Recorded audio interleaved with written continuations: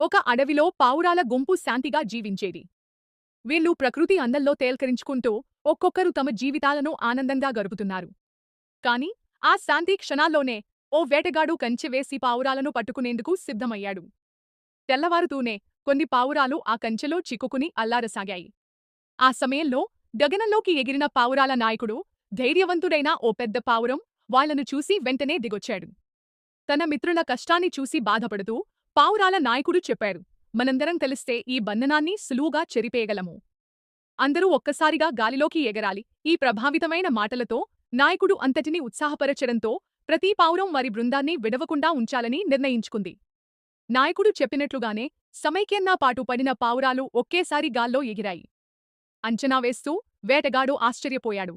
అతని స్వప్నం కూలడంతో ఆనంద రాహుద్యంతో చేశారు. పావురాలు ఆ కంచెలతోనే దగ్గరలో ఉన్న ఎలుక వద్దకు వెళ్ళాయి. వెంటనే పావురం నాయకుడి ధైర్యముతో ఎలుకను అడిగాడు, నన్ను కాదు, ముందు నా మిత్రుల కంచె నుండి విడిపించు. ఎలుక నవ్వుతూ, నీవే నిజమైన నాయకుడు. నీకు క్షమాగుణము, మిత్రులపై ప్రేమ ఉంది అంటూ చెప్పింది.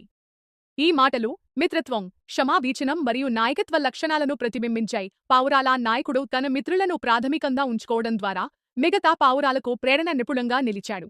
పావురాలు ఆనందంగా గాల్లో ఎగిరాయి. అందుకే అంటారు, కలిసి ఉంటే కలదు బలము.